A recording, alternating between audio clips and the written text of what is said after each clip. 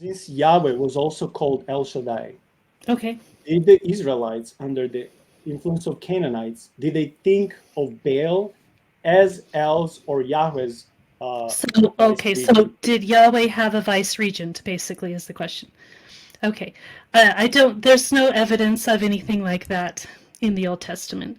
Um, yeah, that's a strictly pagan thing because we have pagan deities who are constantly trying to one up each other, and we have when a new power would come into a nation, or one nation would defeat another nation, that would mean their god would be defeated.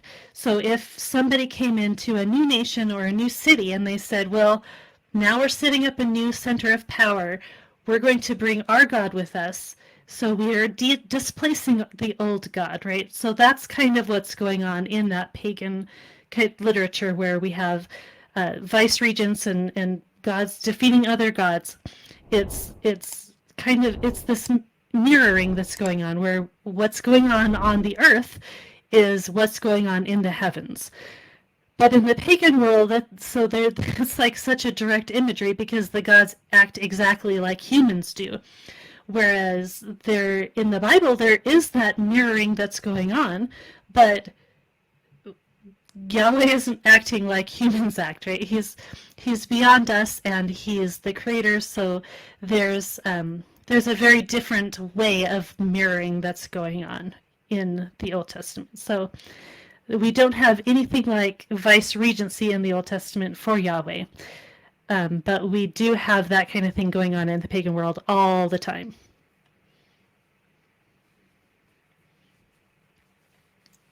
Yeah, I would agree. I don't see anywhere in the Bible God choosing like a deputy, like this is my second in command, because I don't see Jesus being like God's or Father's deputy, because the Orthodox theology since the beginning of the church in the last 2,000 years has always been that Jesus is co-equal, is the co-creator with Yahweh, with his Father, and he is also Yahweh.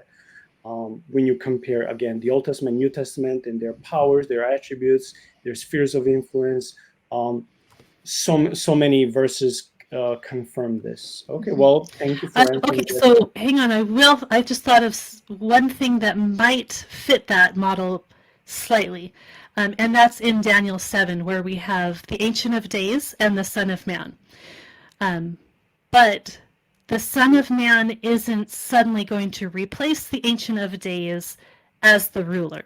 The Ancient of Days isn't going anywhere. The Ancient of Days is still invested in creation. So the Ancient of Days would be Yahweh, the Son of Man.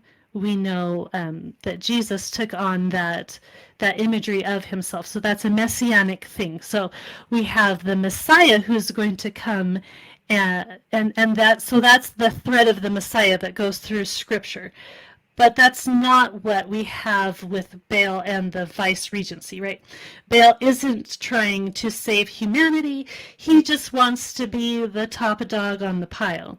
So that's not at all what we have with the Son of Man who's coming to the Ancient of Days. Like, so there's multiple thrones in the throne room in that vision, and when Christ comes, because we have the Trinity, we have the Father and the Son and all of that. So there's that kind of an idea, but it's very, very different from that vice regency.